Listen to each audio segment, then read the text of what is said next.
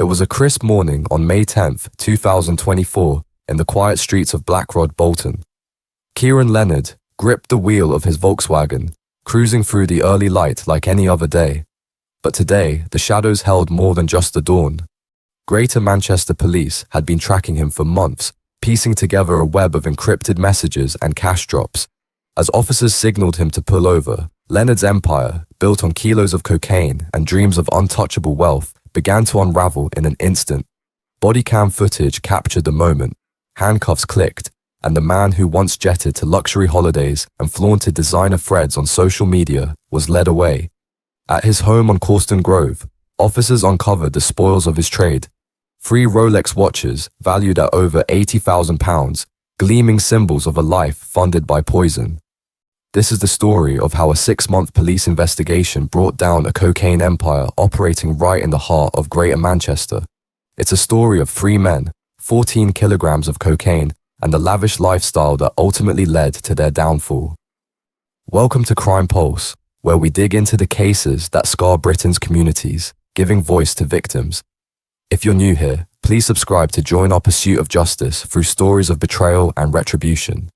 Your support ensures we can keep unraveling these tales, delivering them straight to your feed with every new video. Leave a comment with your thoughts on this case to spark conversations about justice. It started in November 2023, when Greater Manchester Police's Bolton Challenger unit launched a probe into cocaine supply lines snaking through Bolton and Bury. Intelligence painted a clear picture: a tight-knit operation importing large weights of the drug, then breaking it down for street-level dealers. At the center was Leonard, orchestrating it all from his Blackrod base, arranging shipments, directing collections, and reaping the rewards. His network was efficient. Reece Shaw, 34, from Albert Road in Bury, handled the gritty end, supplying dealers and hauling back cash bundles. Mark Cosgrave, 52, from Medlock Way in Bury, played the warehouse role, storing the product at his home, cutting it with adulterants to stretch profits, then pressing and packaging it for distribution.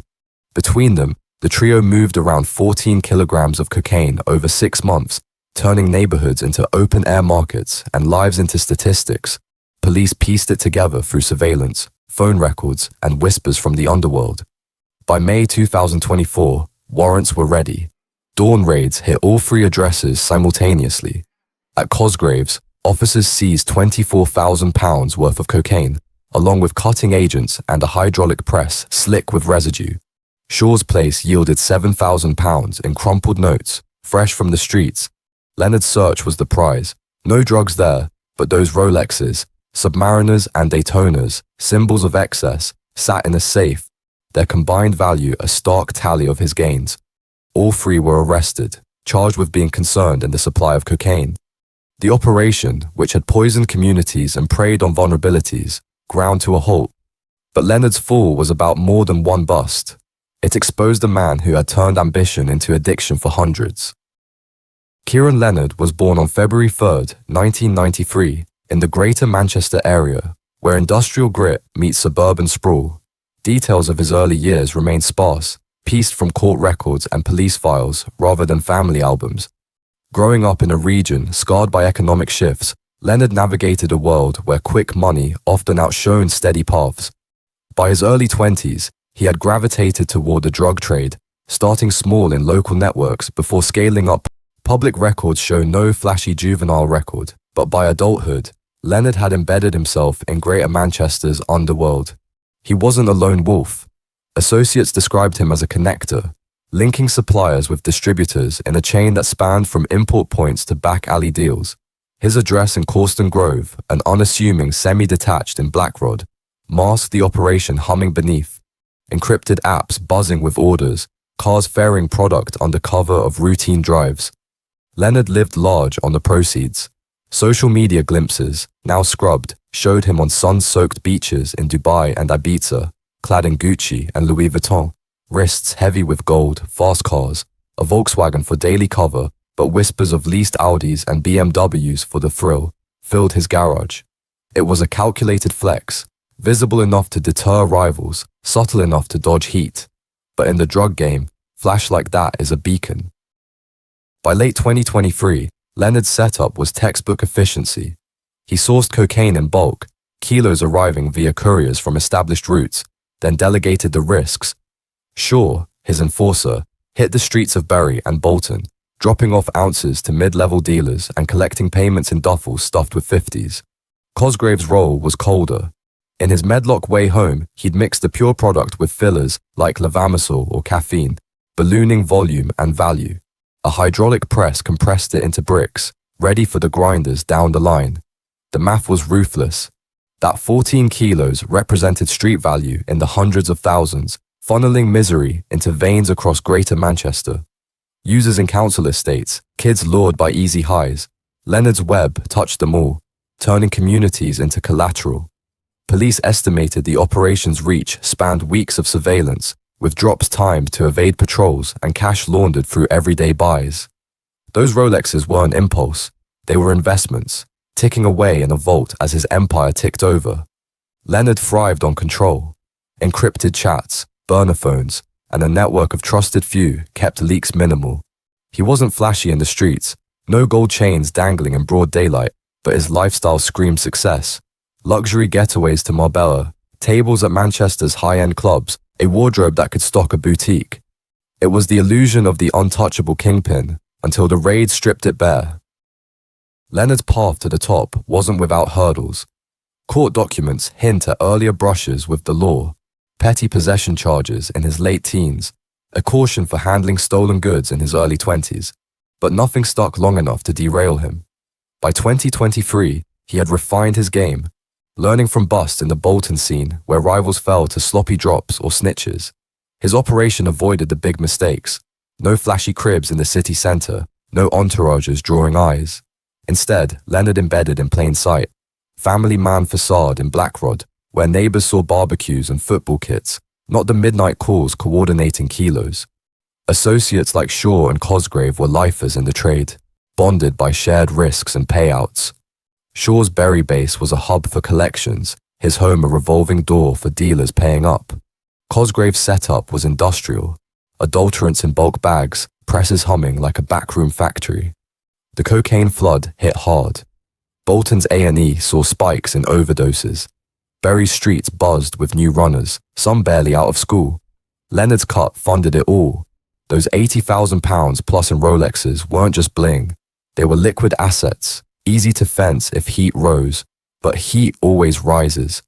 A tip from a burned associate, cross-referenced with phone pings, gave police the thread to pull. May 10th, 2024 dawned with calculated precision across Greater Manchester. As the clock struck 6 a.m., Greater Manchester Police's Bolton Challenger unit sprang into action, executing simultaneous search warrants at 3 key addresses in a blitz designed to dismantle the operation at its core. In the quiet suburb of Blackrod, officers first flagged down Keiron Leonard's Volkswagen on a routine stretch near his Causton Grove home. Pulling him over mid-commute, bodycam footage captured the moment. Leonard, caught off guard behind the wheel, interrupted the arresting officer with a baffled "Why though?" as handcuffs snapped on, his questions hanging unanswered in the crisp morning air. From there, the net tightened. Teams moved straight to his residence, where the real inventory of his empire awaited. Inside the unassuming semi-detached on Causton Grove, search teams catalogued a life of calculated excess. Wardrobes bulging with Gucci and Louis Vuitton labels, fridge magnets holding snapshots of sun-drenched Ibiza getaways, and a wall safe pried open to reveal the crown jewels. A trio of Rolexes gleaming under torchlight. Appraised collectively at over £80,000, these weren't mere accessories. They were frozen profits, ticking symbols of the cocaine trade that funded them. No drugs turned up on site. Leonard had kept his hands clean at home. But the hall screamed proceeds of crime, a silent ledger of kilos cashed out. Across town in Bury, the raids escalated. At Reece Shaw's flat on Albert Road, officers uncovered a cash cow in plain sight. £7,000 bundled tightly in a bedside drawer, surrounded by crumpled receipts for burner phone top-ups like discarded confetti from a deal gone quiet. Shaw, Leonard's street-level enforcer, was roused and cuffed without resistance, his role in collecting payments and dropping ounces to dealers now laid bare. The jackpot waited at Mark Cosgrave's home on Medlock Way. There, in the early light filtering through curtains, Team seized 700 grams of cocaine, street value £24,000, alongside bags of adulterants like levamisole ready to stretch the supply, digital scales crusted with residue, and a hydraulic press still faintly warm from overnight compressions into sellable bricks. Cosgrave, the operation's backroom processor, was arrested on the spot, his home transformed from quiet haven to evidence locker. All three men, Leonard, Shaw, and Cosgrave, were processed swiftly, their stunned silence broken only by the shuffle of paperwork. Bail hearings followed days later, but the evidence snowballed. Decrypted logs from seized devices revealing Leonard's crisp directives, timestamps aligning with drops and collections. The coordinated strikes severed the supply chain overnight, with dealers ghosting the streets of Bolton and Bury as whispers of the bust rippled out. Bolton Crown Court in November 2025 was a stark arena. Leonard, suited but hollow-eyed, stood as prosecutors laid it out. 14 kilos supplied, lives upended, a lavish life on the backs of the vulnerable. He pleaded guilty to conspiracy to supply Class A drugs, as did his crew. Judge Abigail Hudson didn't mince words. The operation was calculated and corrosive, preying on the weak for personal gain. Leonard drew 14 years and 3 months, his leadership factoring heavy. Shaw, the street arm, got 7 years and 6 months. Cosgrave, the processor, landed 6 years and 9 months. Total, nearly 29 years between them. The Rolexes? Seized as proceeds, destined for auction to fund victim services. Leonard's Volkswagen joined the pile, impounded, a relic of his last free drive. Detectives hailed it as a win for intelligence-led policing. The Bolton Challenger unit's 6-month grind had paid off, but they knew more shadows loomed. Greater Manchester's drug wars rage on, kingpins rising as fast as they fall. Breaking Leonard's ring wasn't easy. Encrypted apps like those mimicking WhatsApp, shielded chats. Cash moved hand to hand, leaving no trails. Witnesses scarce. Dealers feared reprisals. Families stayed silent. Police relied on tech intercepts and undercover buys, building a case brick by cocaine brick. The public response was muted relief. In Blackrod, locals spoke of that quiet bloke with the nice car, unaware of the poison flowing from his door. Bury streets, hit hardest, saw vigils for lost sons and daughters. Greater Manchester Police's post-bust stats showed a 15% dip in Class A seizures, a temporary win, but the trade adapts, forensics sealed it. Fingerprints on the press, DNA on packaging, financials tracing cash to Leonard's accounts. No dramatic standoffs, just methodical takedown. As one officer noted in court filings, operations like this thrive in silence, but sunlight kills them. In the months post-arrest, Leonard's world shrank to holding cells and hearings. His luxury feeds went dark, associates scattered.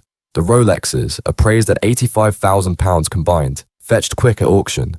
Funds to rehab centres in Bolton. Shaw and Cosgrave, mid-level cogs, faced their own reckonings. Families fractured, futures dimmed. Leonard's 14-year stretch means release in his late 40s, if parole aligns. But the trade doesn't wait. New suppliers eye the vacuum, and Greater Manchester's streets hum with fresh threats. The Watchers, once his pride, now fund the fight against what he peddled. This case closed with a gavel's bang, but the broader battle against organised crime grinds on. Greater Manchester Police review cold lines weekly, urging tips on lines like Crime Stoppers. Leonard's bust saved lives. Fewer kilos mean fewer highs, fewer lows, yet for every kingpin caged, another rises. Detective Inspector Waywell's team stands ready. We act on intelligence to keep communities safe. No victory lap, just vigilance. Case closed? For Leonard, yes. For the streets, not even close. If you know something, anything, that could disrupt the next empire, contact Crime Stoppers anonymously today. And if this one hit hard, smash that subscribe button on Crime Pulse. Turn on notifications so you never miss the next deep dive into Britain's darkest unsolved. Drop your final theory in the comments. What tipped off the cops to Leonard's operation? Like, share, keep the pressure on. Justice doesn't sleep, and neither do we. See you in the next one.